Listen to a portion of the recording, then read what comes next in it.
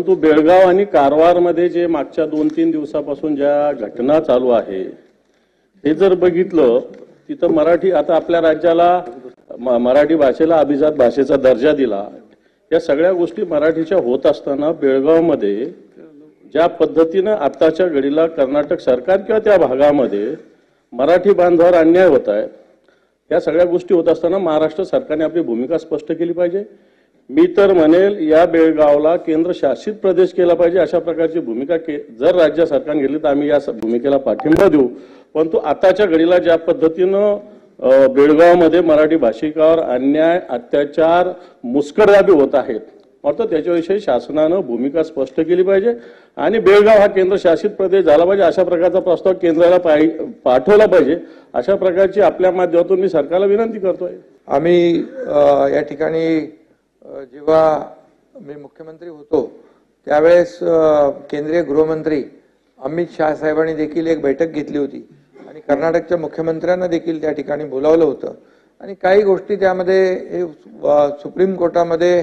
हे न्यायप्रविष्ट प्रकरण असल्यामुळे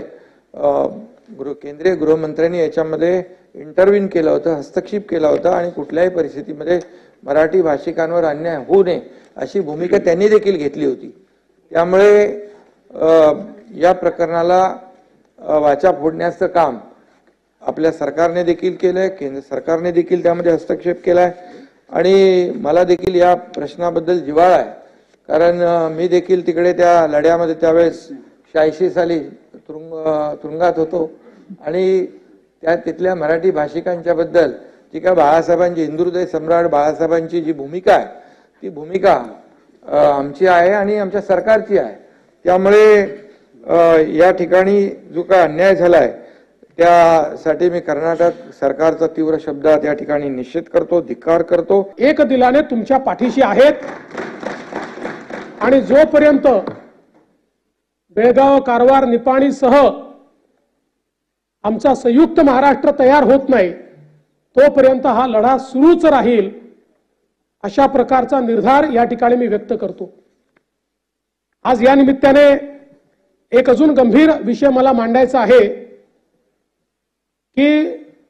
कर्नाटकाच्या सरकारच्या माध्यमातून खरं तर आमच्या मराठीला ज्यांनी समृद्ध केलं ते स्वातंत्र्यवीर सावरकर, या मराठीला ज्यांनी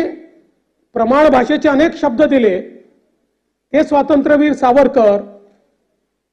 त्या स्वातंत्र्यवीर सावरकरांचा प्रतिमा